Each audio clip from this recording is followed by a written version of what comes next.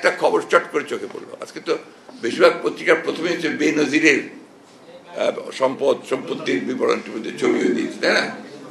নয়া দিগন্তে একটা খবর দেখলাম যে বেনজির চলে গেছে, has left the country। 4 মে মাসের 4 তারিখে সে তার সপরিবার নিয়ে চলে গেছে। আরো দেখলাম যে যাওয়ার আগে তার অ্যাকাউন্টগুলো সমস্ত সে খালি করে গেছে। ফিক্সড অ্যাকাউন্ট যেগুলো ছিল সেটা প্রায় 60 কোটি টাকা। আমি পত্রিকা যা দেখলাম যে 60 কোটির মতো বলেছে, হয়তো আরো বেশি হতে পারে, কম হতে, আই ডোন্ট নো। পত্রিকা যা দেখি না, আমার প্রশ্ন যে সে কিভাবে গেল?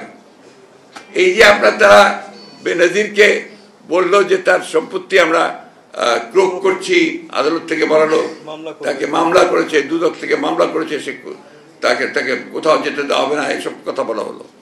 তো সে 4 তারিখে সপরিবারে একেবারে এয়ারলাইন্সের নামটাও দিয়েছে, সিঙ্গাপুর এয়ারলাইন্সে এসে চলে গেল সকলের চোখের নাকের দিয়ে। তাহলে এই যে কথা বলছেন যে কেউ ভাত ছাড় পাবে না, আমরা সবাইকে বিচার করি, সবাই, এটা কি আপনার মানুষকে আহম্মক মনে করেছেন? বাংলাদেশের মানুষকে, বাংলাদেশের মানুষ তো আহম্মক না, সবাই বোঝে যে এগুলো হচ্ছে আপনাদের সমস্ত লোক দেখানো প্রতারণা, যেভাবে এখন পর্যন্ত প্রতারণা করে আপনারা দেশ শাসন করছেন।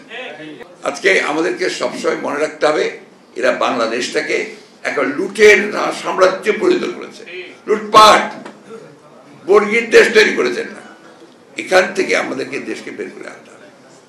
এবং আমরা বিশ্বাস করি যে বাংলাদেশের মানুষ সংগ্রাম লড়াইয়ের মধ্যে দিয়েই এই দানব যে আছে, যে মনস্টার সব তছনছ করে দিচ্ছে, তাকে আমরা পরাজিত করে সত্যিকার অর্থে জনগণের সরকার, গণতন্ত্রের সরকার আমরা প্রতিষ্ঠা করতে সক্ষম।